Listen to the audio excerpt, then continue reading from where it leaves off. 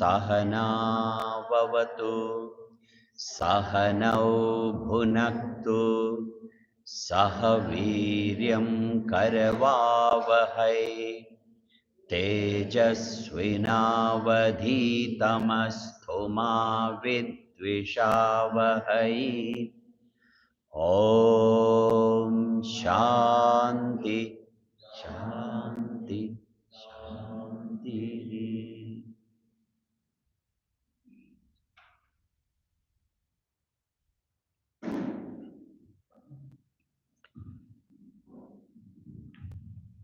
We will together chant the Nama Ramayana. शुद्ध ब्रह्म परात्पर राम, कालात्मक परमेश्वर राम। शुद्ध ब्रह्म परात्पर राम, कालात्मक परमेश्वर राम। शेषकल्प सुख निवृत राम, ब्रह्माद्यमर प्रार्थित राम। चंद्रकिरण कुल मंडन राम, श्रीमद्दशरथ नंदन राम। कौसल्या सुखवर्धन राम, विश्वामित्र प्रियधर राम। घोर ताटका घातक राम, मारीचादि निपातक राम। कौशिक मद संरक्षक राम, श्रीमदहल्योद्धारक राम। गौतम मुनि संपूजित राम, सुर मुनि वरदन संस्तुत राम। नाविक धाविक विधुपद राम, मिथिलापुर जन मोहक राम। विदेह मानस रंजक राम, त्रयंबक कारुक भंजक राम। सीतापित वर मालिक राम, कृत वैवाहिक कौतुक राम। भार्गव दर्प विनाशक राम, श्रीमदयोध्या पालक राम। राम राम जय राजा राम, राम राम जय सीता राम। राम राम जय राजा राम, राम राम जय Sita Ram.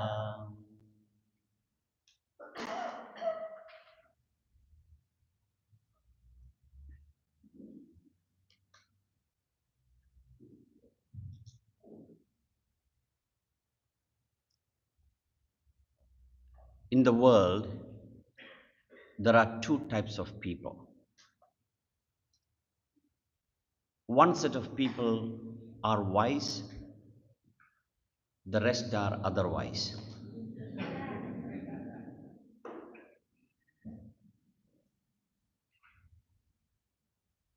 The wise people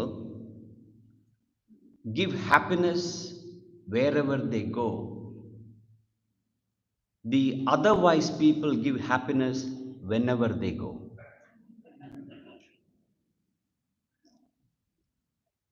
What type are you? All of us.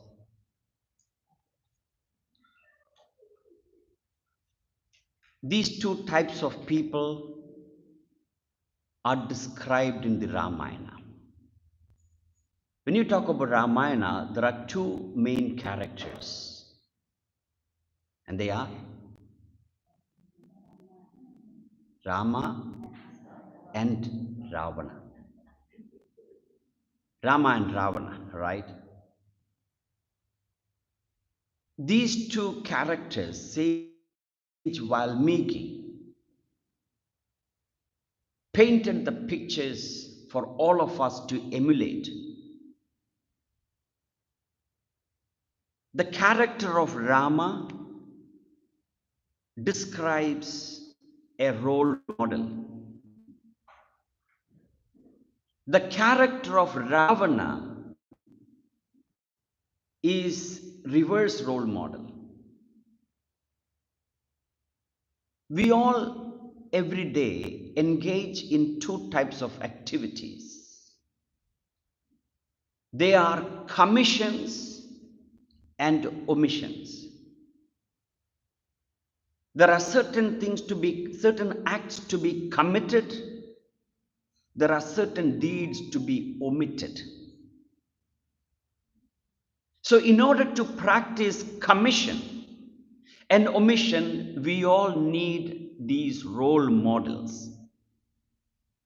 These two role models are described in these two characters of Rama and Ravana. We need to know what to do. We also need to know what to avoid. When you study and understand the personality and the characteristics, the attitudes, the deeds of Ravana, you'll be inspired to avoid what you ought not to do, obviously. And when you study and understand the attitude, the characteristics, the behavior, the deeds, the thought patterns of Rama, you'll be inspired to do what need to be done, isn't it? And it all happened within each one of us. It's not outside.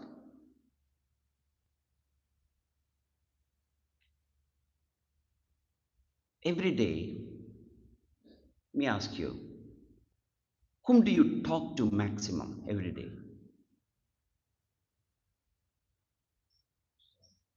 Sorry? Whom do you talk to? Yourself.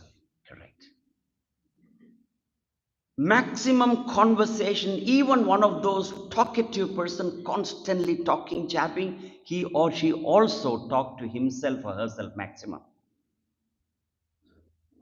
Every thought that you entertain is a sentence that you are making to yourself.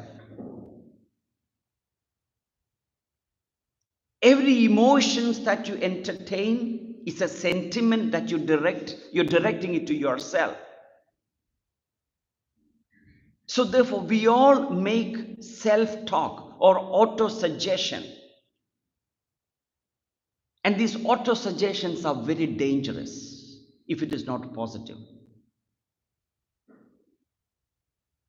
Because when you make auto-suggestion, when you talk to yourself, when you have a dialogue within yourself,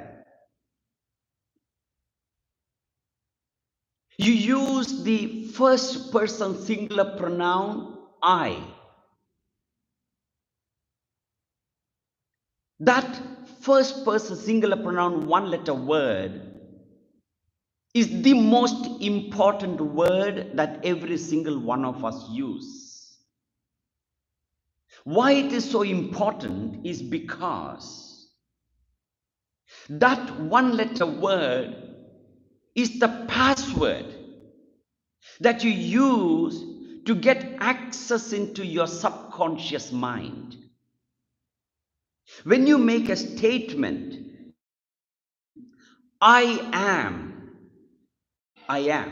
When you make a statement, I am followed by anything, whatever feelings, thoughts, sentiment that follow, I am, straight away get programmed in your subconscious mind. Therefore, this self-talk, auto-suggestions are very crucial for you to examine. So when you study the character of Rama and Ravana, it helps us to understand you can make assertions, affirmations, and negations within our own mind. We got to make assertions, I am, I can, I will.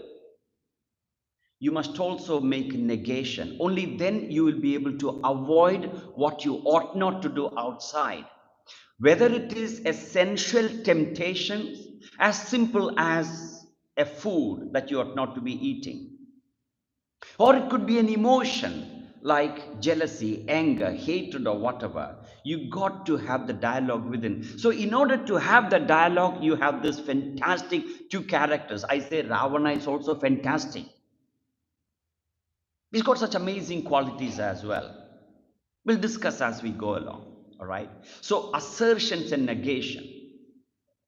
Today, if you look at the world, we don't have role models. Our children don't have role model to inspire them, do they? Parents becomes role model until the children become the teenager. When they are about 14, 15, 16, the parents become role model. Once they cross 15, they know what the parents are. Parents don't become the role model again. Hmm? You can't, you can't be a hypocrite. Once they begin to understand, even parents won't become the role model. Today, we don't have the role model. Because we don't have the role models in the world, whom do they imitate? Pop stars, Hollywood stars, Bollywood stars, or sports stars.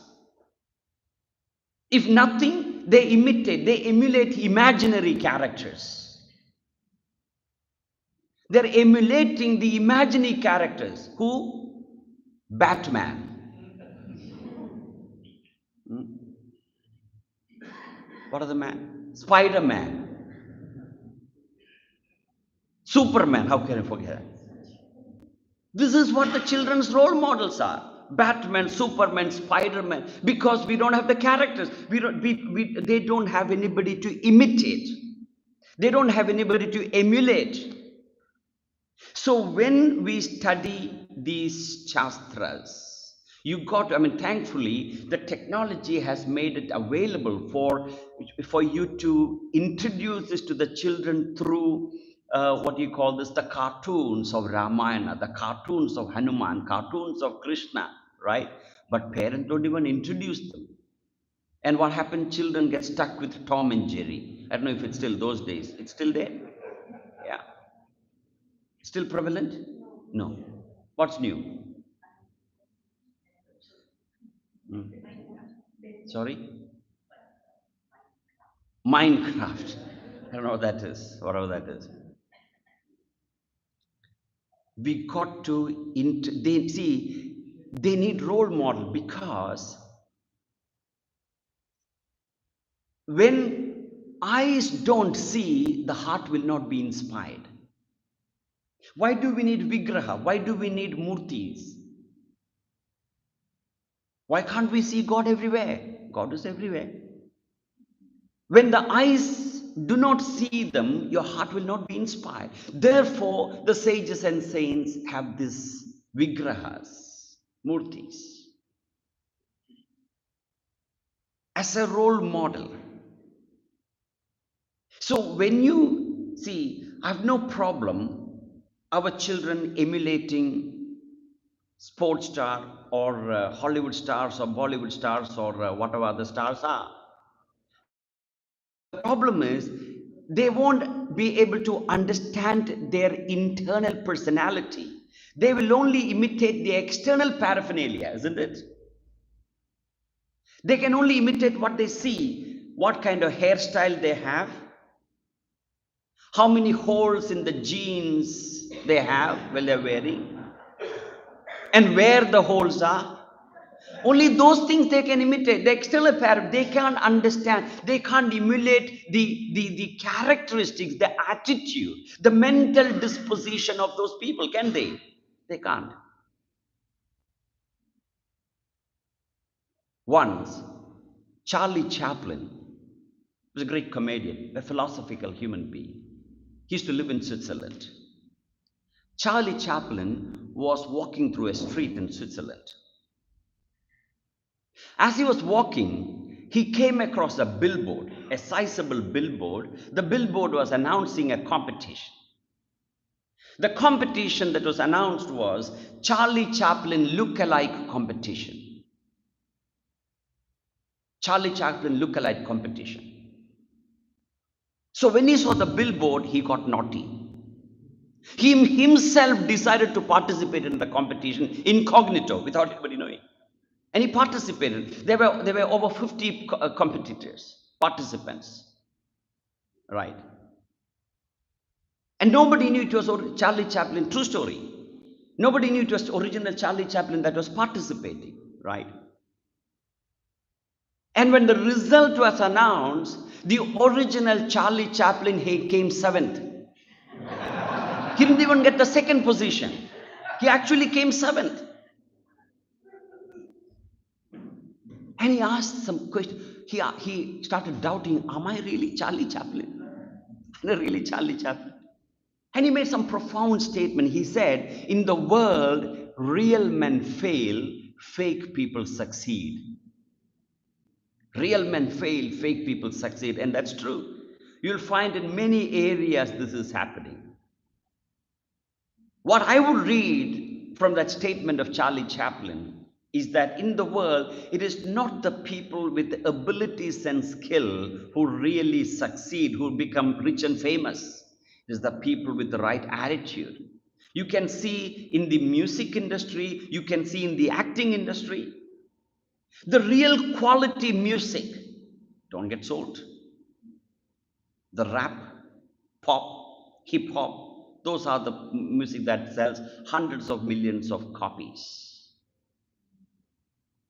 Carnatic music, Hindustani music, that is the real music. Nobody listens.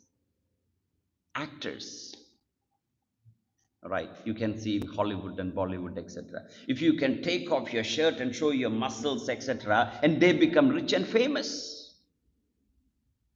The real character actors who can go onto the stage and stir up the emotions of people out of sheer acting, they don't become rich and famous. Real men fail, fake people succeed.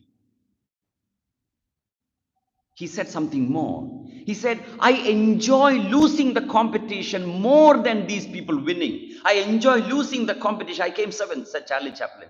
I enjoyed losing that more than those six people who winning. He said something far more profound than that. He said, all of these six people who came before me, they copied my looks.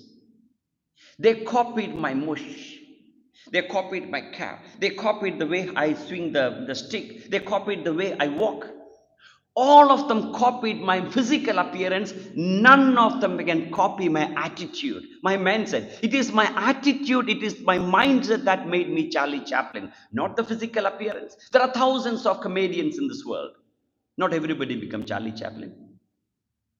So when our children imitate these people, they are only imitating the physical appearance, like Charlie Chaplin said. Whereas when you study the Ramayana, when you study the characteristic of Rama, when you study the character of Ravana, Lakshmana, Sita, and many other divine characters in the entire epic, you are able to emulate their attitude, their mindset, their inner disposition. That is why Ramayana is crucial. So we have two role models. The word Ramayana literally means the journey of Rama. Rama, Ayana. Ayana means path, journey. The journey of Rama, symbolizing the journey of the soul from birth to death. What exactly we go through in this journey of life. Ramayana also means the path to bliss, path to peace. Rama means bliss. Ayana means path. So Ramayana also means, as you know, the Sanskrit has got varieties of meaning for the same word. So the other meaning for Ramayana is the path to peace, path to bliss. So when you study, you will go through it. We have next 6 more days to understand various anecdotes and the narratives. How does it describe the path to peace and bliss? Ramayana. So it describes the fall and rise of human being, how we have fallen in this state of pain, sorrow, and suffering, and how we can retrace that step back and experience the ultimate bliss. Whenever you slip into a problem, it could be a financial difficulty, a financial setback, or a health problem, or a relationship challenges, whatever it is, or you have a problem at work that you encountered, you will find Ramayana describes that, how you have fallen into that state of pain, sorrow, and suffering, and how you can retrace your step back to experience peace and bliss. That is what the Ramayana describes. It is describing the fall and rise. So the Ramayana, as you know, Sri Ram was the seventh avatar of Vishnu, as you know, that among the 10 avatars. The 10th one is yet to come, as they say. The seventh avatar of Vishnu. In the Bhagavad Gita, the fourth chapter of the Bhagavad Gita, verses 7 and 8, one of the oft quoted verses in the Bhagavad Gita. It says, Yada yada hi dharmasya glanir bhavati bharata abhyuthanam adharmasya tathatmanam srijamaham paritranaya sadhunam vinayasha dushkritam dharma samsthapanartaya sambhavami yuge yuge. Sri Krishna says, Yada yada hi dharmasya, whenever there is a decline of dharma and rise of adharma, I will appear again and again. For what? Paritranaya sadhuna. What is the purpose? For the protection of the sadhus, the virtuous one. Vinaya shasha dushkritam, for the destruction of the evil. Dharma samsthapanartaya, to establish dharma. I will appear again and again and again. It is not only the 10 avatars. That is why you find in India, if you look at the spiritual history of India, almost every 25 years or so, there is an outstanding saint appearing. You can go back as far as you can remember. There is a Mahatma, a great saint, appear in the tide of times, and they inspire people to great level of spiritual consciousness, and that Mahatma phases out. And then comes another one, maybe with a different approach, different method, different yoga, whatever it is. And they inspire millions of people, and they eventually fall into the ages. Come a third one, and this has been the history of India. That is exactly what Bhagavad Krishna is saying in the Bhagavad Gita, 4th chapter. So one such avatar was Lord Rama, right? At that time, in the what you call the Satya Yuga, Rama's advent was in the Satya Yuga, right? In Satya Yuga, the good and evil were in two different worlds, in Devaloka and Swargaloka, right? I beg your pardon, Devaloka and Asura Loka. Asura is the world of demons, Devaloka is the world of God. The good and bad in two different worlds, right? And then in the Treta Yuga, it was in two different countries. That is where Rama and Ravana, in Lanka and Bharat, right? In Dwapara Yuga, good and evil were in the same family during the Mahabharata.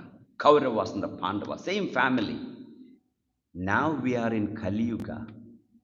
Good and evil they are in the same person, in each one of us. So this good and evil that is playing within the bosom of every one of us is represented by these two characters, Rama and Ravana. And Sage Valmiki beautifully compiled these 7 kandas, 7 books, 7 chapters in the Ramayana. The first being Balakanta, that is the Bala means child, the childhood of Ramlala. The second is Ayodhya Kanda, Aranya Kanda, Kishkinda Kanda, that is where Lord Hanumanji plays a crucial role, and then followed by Sundara Kanda, Lanka Kanda, it's also called Yuddha Kanda, and Uttara Kanda. And the later interpolators of the Ramayana, right? Interpolation may be a wrong word, but there are many compilations of Ramayana, all right? And of course, Valmiki Ramayana is the original one. Subsequently, Sage Tulasidas, which is about 500 years ago, compiled Ramcharitamanas. In the Ramcharitamanas, there is an 8th chapter, 8th kanda called the Lava Kusha Kanda, that the birth of Lava and Kusha, sons of Rama. And it's not only in India. There are other parts of, in Thailand, Ramayana. In Malaysia, they have a different Ramayana. In Tamil, it is called Kambar. Kambar is the author of Kamba Ramayana. And in Malayalam, Adhyatma Ramayana. These are all the same story, but there are different variations of the story. Certain stories that is not there in the original Adhyatma Ramayana, you'll find somewhere else. All right. So these are all the addition, these are all different chapters of the Ramayana. As you know the story, King Dasharatha was the king of Koshala, the kingdom of Koshala, whose capital was Ayodhya. Dasharatha was living in the kingdom of Ayodhya, the capital of Koshala. Dasharatha. Dasha means 10. Ratha means one who can manage 10 chariot warriors. Dasharatha, Ratha means chariot. Dasha means 10. So Dasharatha was such a powerful warrior. He can single-handedly combat 10 chariot warriors. That was Dasharatha, who lived in the kingdom of Ayodhya. Yuddha means conflict, war. Ayodhya means a realm of no conflict, a realm of no war. So Ayodhya is not in India where the temple was just inaugurated. Ayodhya is right here in each one of us. Dasharatha represents one who has conquered the 10 senses. One, fighting against 10 chariot warriors represent conquering the 10 senses. The 10 senses are the 5 organs of perceptions, namely the eyes, ears, nose, tongue, and the skin. You also have the 5 organs of action called karmendriyas. Jnanendriyas are the eyes, ears, nose, tongue, and the skin through which you receive stimulus from the world. And you also have 5 organs of action called karmendriyas through which you respond back to the world. Most of our problems originate from these 10 senses. So Dasharatha symbolizes one who has conquered the 10 senses. To such a person has got 3 queens, the 3 consorts, the wives of Dasharatha, Kaushalya, Kaikeyi, and Sumitra. 3 virtuous queens of Dasharatha. We all know the story. I'm not going to the details. We're going to the significance of it, right? So the 3 queens, 3 wives of Dasharatha symbolizes the 3 gunas that all of us are victims of. The 3 gunas are the sattva, rajas, and tamas. At the moment, we are the victims of sattva, rajas, and tamas. Every one of us are a combination of that. So the 3 wives represent the 3 queens of Dasharatha, symbolizes the 3 gunas.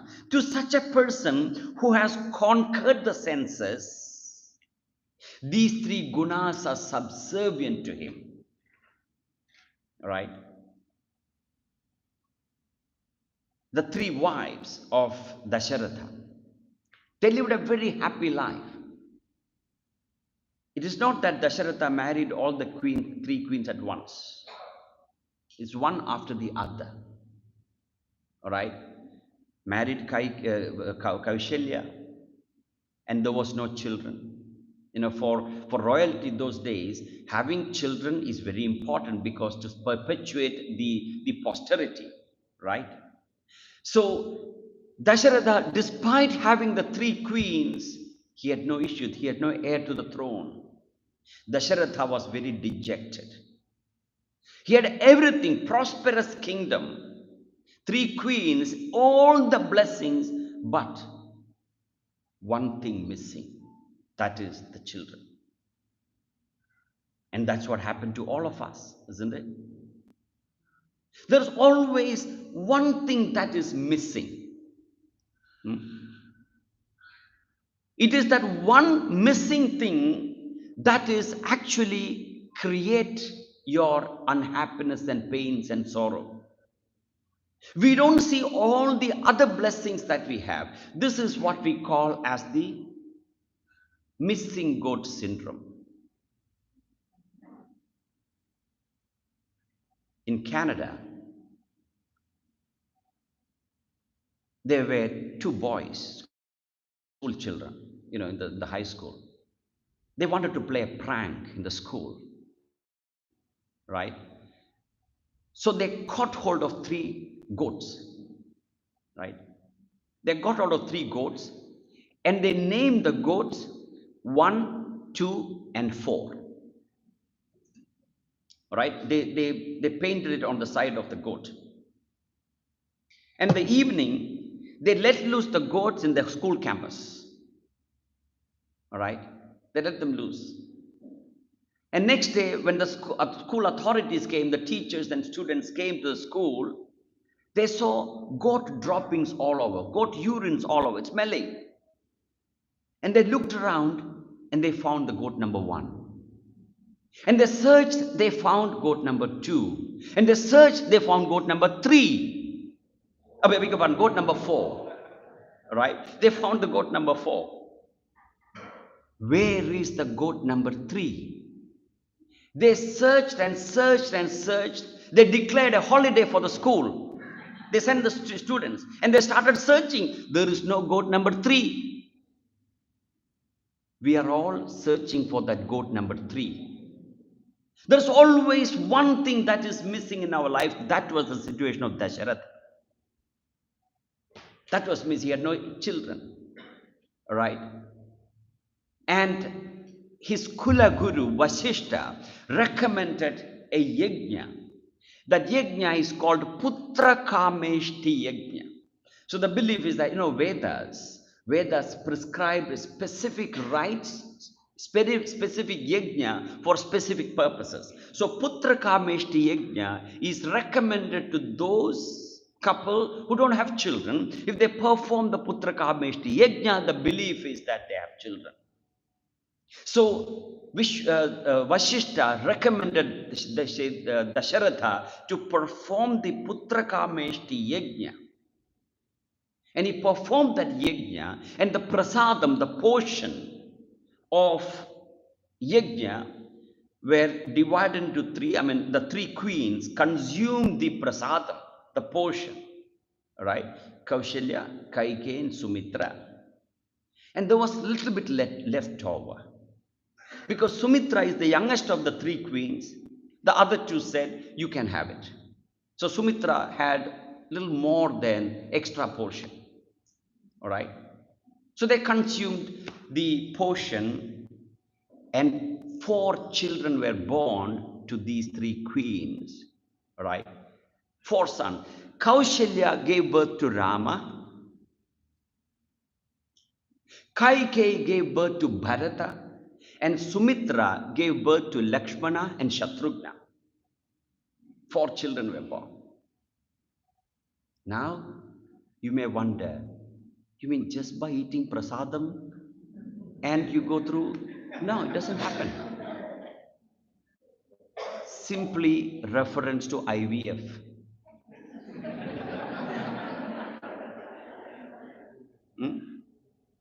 Medical science believe IVF is only now. It's been there ancient times.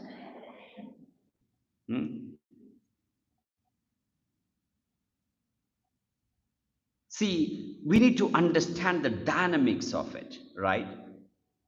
Putra Kameshti Yajna. This performance of yajna symbolizes the process of conception. Medical science, in their arrogance, the medical scientists believe it is the medicine that makes the impact. If you read Ramayana, if you read the dialogue, you find for conception there are four aspects. One is the biological or medical, second is psychological, number three spiritual, and four is karmic. The medical science doesn't consider the karma part of it. We all have karma bandha, right? It is a blessing. So it is not only the biological or medical. There has to be the participation of psychological as well as spiritual. The medical science doesn't consider the other two. Remember, your mind and karma, it is whatever happens to the body, it is influenced by your mind.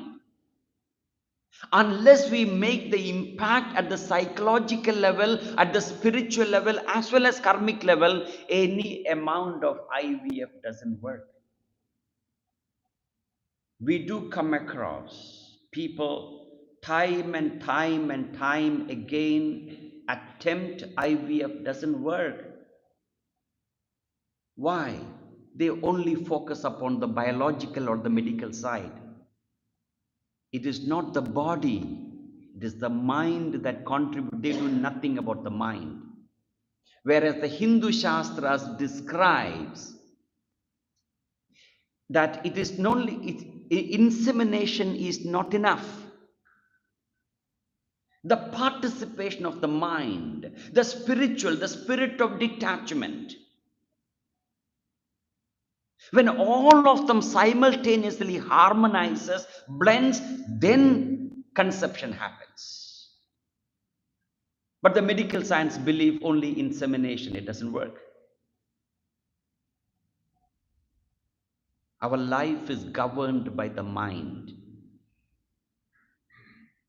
So 4 children were born. Handsome, beautiful, very virtuous.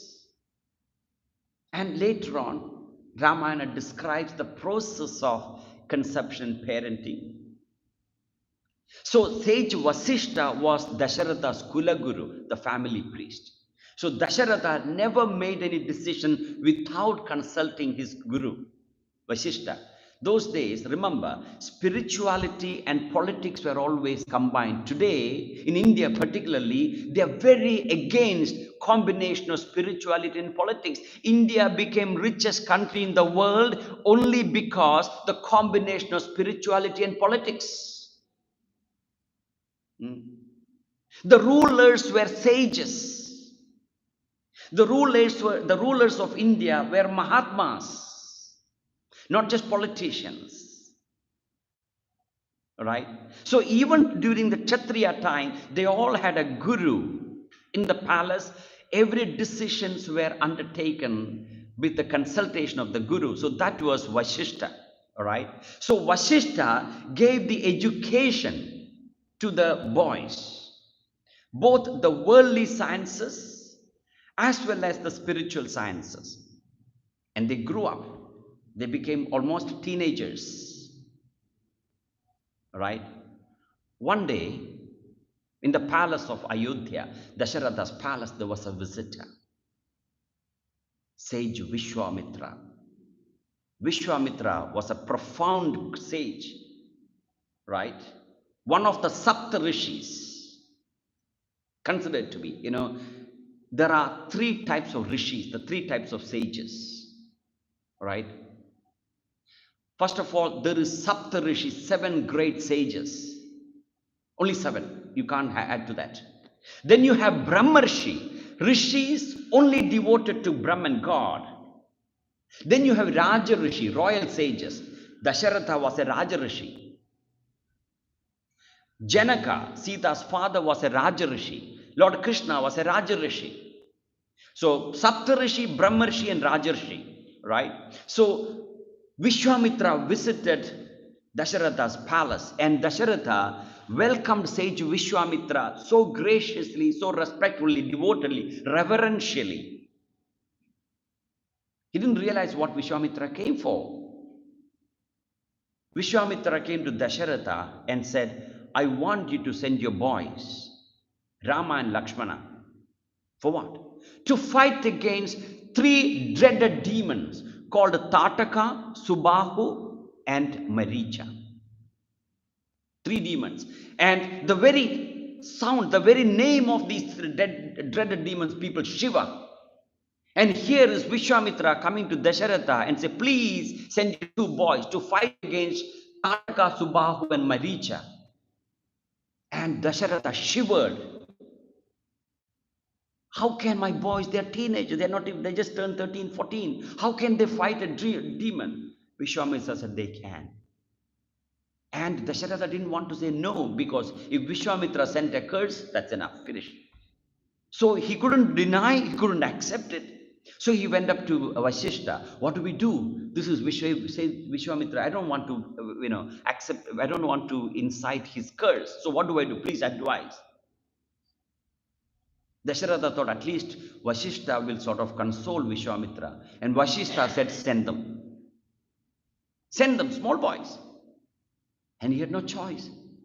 So Dasharatha sent Rama and Lakshmana along with Vishwamitra to fight against the three dreaded demons. Took them there. And in no time, effortlessly, Rama and Lakshmana destroyed, killed Tataka and Subhahu. And the story goes, Maricha, the third one, were thrown away about some 800 kilometers away just because of the arrow of Rama. Maricha escaped. Comes back later, you know that, right? Maricha managed to escape, but Tataka and Subhahu was killed. All right. And Vishwamitra was very, very gratified. Now, why did he want to kill Tataka and Subhahu? Because when Vishwamitra was performing Havan, Yajna, when he was performing Yajna, these demons would come and throw filth into the Yajna Kund. They would throw, the skeletons and all of those rubbish into the Havan Kund to disturb their Yajna. That is what they were doing. So Vishwamitra could not perform his daily Havan. So please rescue me from these dreaded demons. That was Vishwamitra's request. And they finished off. No time. And Vishwamitra was very, very happy, delighted by their prowess. And as a gift, Vishwamitra conferred them with powerful weapons, etc. And as they were returning back, they saw the announcement, they saw the billboard announcing Sita Swayamvaram being announced in Janakapuri, in the kingdom of Janaka. Announcement that, those days Swayamvaram, wedding, the royalty wedding was very different. The weddings, were conducted, it's called Swayamvaram. Swayam means one's own. Varam means groom, right? The bride voluntarily accept a groom, right? So when there is an eligible groom, a bride for a king, they invite princes from different parts of the kingdom, parts of the country, different kings. They all would come and sit in a big auditorium, all right? Ravana was also there. And they will sit, and the bride will come and choose among whichever it is, go and put the garland. That is how royal wedding happened. Marriage worked very well. No divorce, nothing. Think about it. It is not who you get married to. It is how you relate to the person that you married to. Today's marriage, all right? First of all, you want to meet somebody, or the young, boy or girl want to meet somebody. And where do they go? Nightclub. Nightclub to meet a partner. Hmm? And then courtship. 1 year, 2 year, 5 year. I want to see if I can really get along. Courtship, 5 years. And they get married. And longer the courtship lasts, shorter the marriage lasts. Hmm? What a tragedy. So, Sita Swayamvaram was announced, all right? And Vishwamitra said, let's go. So Vishwamitra led Rama and Lakshmana to the palace of King Janaka, where the wedding was going to be arranged. The Swayamvaram wedding. There were many, many participants to win the hands of Sita, and Sita is known for her virtue as well as beauty. Combination of both, rare, right? Sita is known all over the world, I mean, those days, for her beauty and virtue. So everybody want to seek her hand. But there is a problem. It's not that easy. It's not just about going and putting a garland. Janaka imposed a stiff competition. The competition was that Lord Shiva conferred King Janaka with a bow. The bow is called Pinaka, right? And it is very powerful, very heavy. Whoever can lift and string the bow will be the bridegroom, will win the hands of Sita. This was the competition. There is no other qualifications, all right? Whoever can string the bow of Lord Shiva's bow can win hands of Sita. That was the competition. And many eligible kings, everybody came and attempt to string the bow. Everybody failed miserably. Nobody could, including Ravana couldn't. And now Janaka panicked. He thought he imposed a very difficult competition. He's afraid his daughter will remain unmarried because nobody could string the bow. And Janaka was offended. You mean there isn't anybody man enough to lift the bow and string it? He started hurling insult to the kings and the princes who were sitting there. Rama and Lakshmana and Vishwamitra was also sitting there. And Lakshmana has got a problem. He's a little short-tempered.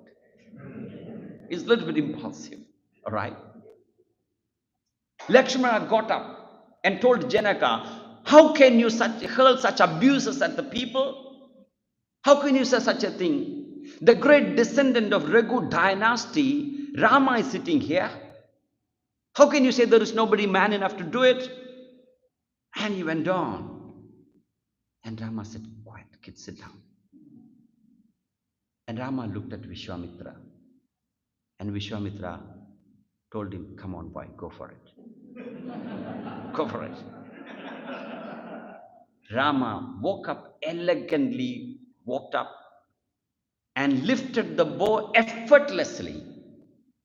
In the process of attempting to string the bow, he broke it. Right? He broke it. Effortlessly. And the story goes, Sita wedded to Rama.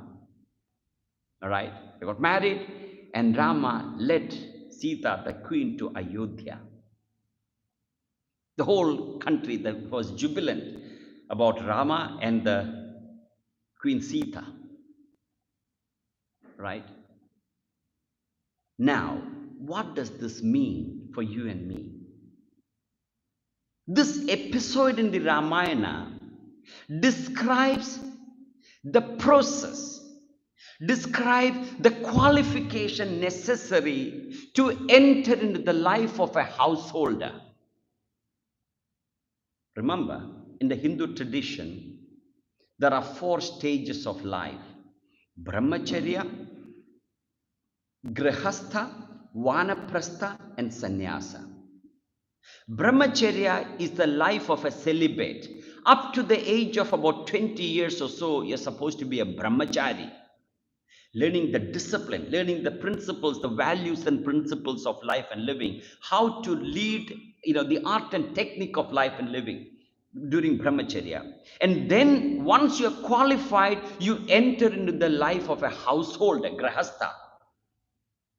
And then by the time about 60 or so, you evolve, you grow into and qualify to become a vanaprastha, a recluse. And then you graduate into a sannyasi. Brahmacharya, grahastha, vanaprastha, sannyasa. These were the 4 stages of life, still is. So to enter into the life of a household, a vanaprastha ashrama, brahmacharya ashrama, grahastha ashrama, these are called 4 ashramas. Ashrama means an institution. So if you want to enter into an institution, you need qualification, isn't it? There are certain prerequisites to enter into the life of a householder so that you live a happy life. Householder life is a very challenging life. I don't need to tell you that. It's difficult, challenging, but can be very gratifying life if you know how to relate to it. It is the very difficult, very challenging, at the same time, very enjoyable, very fulfilling, it grows you. Therefore, you need certain prerequisites, certain qualification. So this episode in the Balakanta of Ramayana describe the prerequisite, the qualification necessary to enter into the life of a householder. What is the qualification that is necessary? Number 1, you got to kill Tataka and Subahu. And you also need to break the bow. Only then you are qualified to get married. If you don't do this, marriage will be a constant misery. I'll explain what this two means. Most people don't think about it.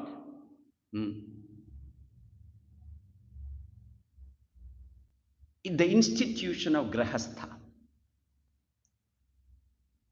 it is very satisfying. So the qualification that is necessary, you got to kill Tataka and Subahu. Right? If you follow this, success and happiness in your marital relationship is guaranteed. Right? But nobody works towards it. Isn't it? Everybody is very, very concerned about wedding. You got to understand the fundamental difference between wedding and marriage. Wedding lasts 1 day, maybe 3 days, including your Sangeet, Nilangu, and Manja, what do you call that? Hardi and all of those. And wedding, all those put together, 2-3 days. Isn't it? That's it. Wedding lasts 2-3 days. Marriage lasts a lifetime. Wedding is for the other people. Wedding is for the society. Marriage is for you.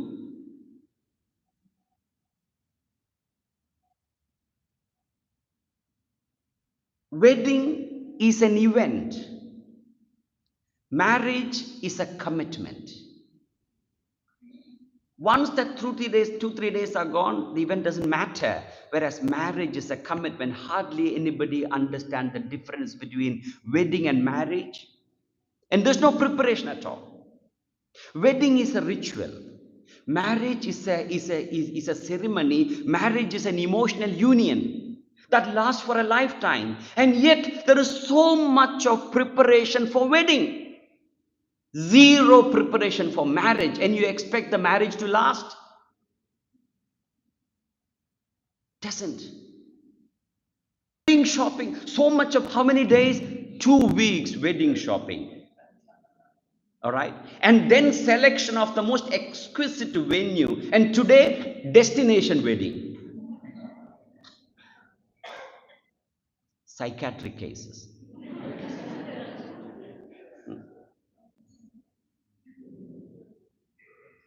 Deco. All right. And then, of course, the wedding dance. 3 months preparation to dance for 10 minutes on the day of the wedding. The bride and bridegroom. Yes or no? Am I joking? Hello? That is the truth. So much of preparation, expenses for wedding, zero preparation for marriage, and you expect the marriage to last? It won't. Ramayana describes for you to lead a happy life, you need to do preparation for marriage, not the preparation for wedding. The truth is that, ladies and gentlemen, nobody enter into the institution of marriage, or let's put it this way, everybody enter into the institution of marriage thinking that I want to live with my wife or husband and lead a very happy life, isn't it? That is why everybody get married. But having got married, something happens, isn't it? Before marriage, first of all, they fall in love, and wonderful thing happen. And after marriage, they wonder what happened. What happened? Everything changes. The truth is that when a young couple enter into the institution of marriage, they have the good intention to make the other person happy, to live a happy life. But what goes wrong? The preparation was done. They did not kill Tataka and Subahu. And unless they kill Tataka and Subahu, you will not be happy. No preparation. Once, a man asked God, why all the girls are very cute and sweet? All right. All the girls are very cute and sweet. All the wives are angry. Right.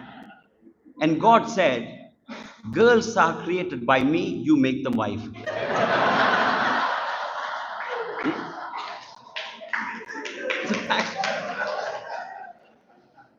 You make them. Without you, they're not, they're just a human being, a lady, isn't it? You make them wife. So if you want to make them wife, there are certain preparation that is necessary. You need to have the qualification to be a wife or a husband. So what does it mean? Killing of Tataka and Subahu.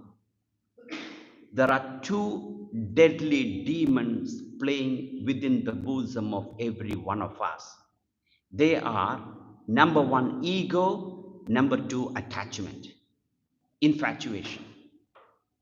Unless you overcome this attachment and ego, marriage is miserable. Remember, relationship that started with love, a relationship that started with love never dies. A human relationship that began with so much of love never dies naturally. It is killed, it is murdered, it is assassinated by the ego. We don't understand that. Therefore, unless a young couple, unless the couple has mastered their ego, marriage becomes a misery, disaster. Because constant conflict. See, ancient times, they were protection because the Hindu family system was joint family, right?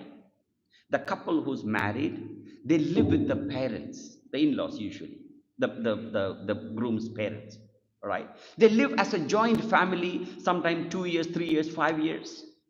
And once the family expands, the child or one child, two child, they move on to their own house independently, right? So because of those kind of joint family, there was protection. When there is a conflict, when there is an issue, the parents took care of it. They guided them. Today, as soon as the couple got married, they moved to their own apartment. They live in the flat and the boxing goes on. There is nobody to protect. There is nobody to guide them. And they live with so much of hatred for each other. You find they argue, fight for one day, they don't talk for 2 weeks. All right? They wake up in the morning with grumpy face, they get themselves organized, husband goes to work, wife go to work. All right? Come back in the evening, and they both of them make the long face, they sleep. Goes on for 2 weeks. Again, something comes together, they bring them together, they're happy, they speak for 2 days, 3 days. Again, they fight, don't speak for another three weeks. All right?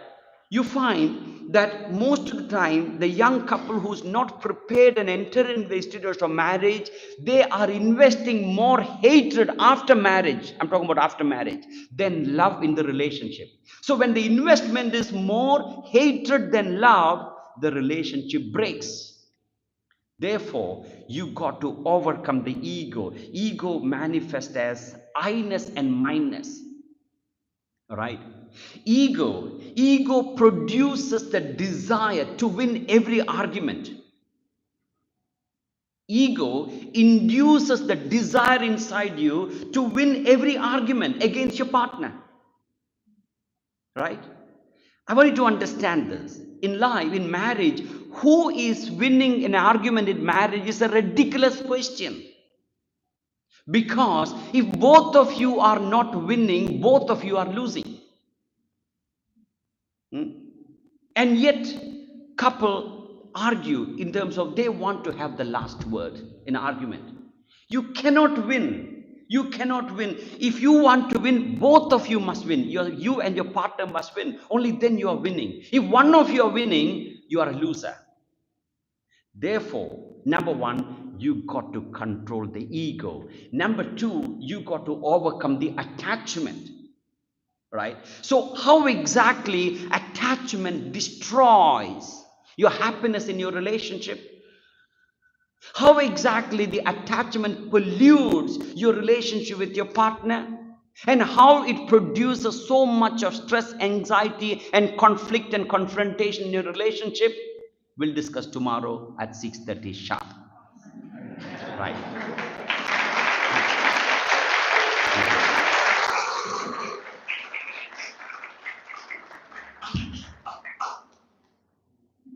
We'll conclude with the Shanti part. Thank you, Shri Angajan.